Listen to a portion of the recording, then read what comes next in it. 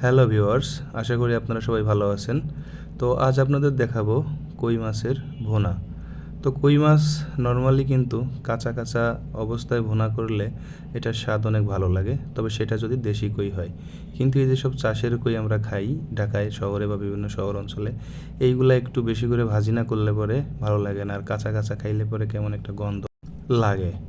তো প্রথমে কই মাছগুলো ভেজে নিয়েছি, এবং ভেজে নেওয়ার পরে যে তেলটা ছিল তার ভিতরে হচ্ছে প্রথমে শুকনো মরিচ এবং জিরে ফোড়ন দিই, তারপরে হচ্ছে পেঁয়াজ রসুন এবং কাঁচামরিচ একসাথে দিয়ে হলুদ লবণ এবং সাথে একটু গরম মশলার পাউডার আর হচ্ছে জিরা পাউডার দিয়ে মশলাটাকে বেশ ভালো মতো ভেজে নিই।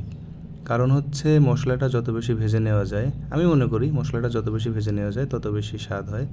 এটা আমি আমার বাবার কাছ থেকে শিখছি। তো মশলাটা সুন্দরভাবে ভেজে নেওয়ার পরে আমি এটাকে কিছু সময় কষিয়ে নিলাম। তো মশলাটা বেশ খানিকটা পেঁয়াজ রসুনগুলো নরম হয়ে গেছে এবং এটা মেল্ট হয়ে গেছে।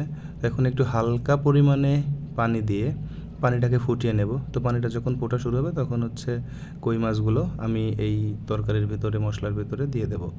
দিয়ে বেশ কিছু সময় জাল দেওয়ার পরে যে কই মাছটা ভেজে নিয়েছিলাম একটু শক্ত শক্ত ছিল, মাছটা নরম হয়ে গেলেই নামিয়ে নেব। দেখুন খুব সহজেই আমার রান্নাটা শেষ হয়ে গেল।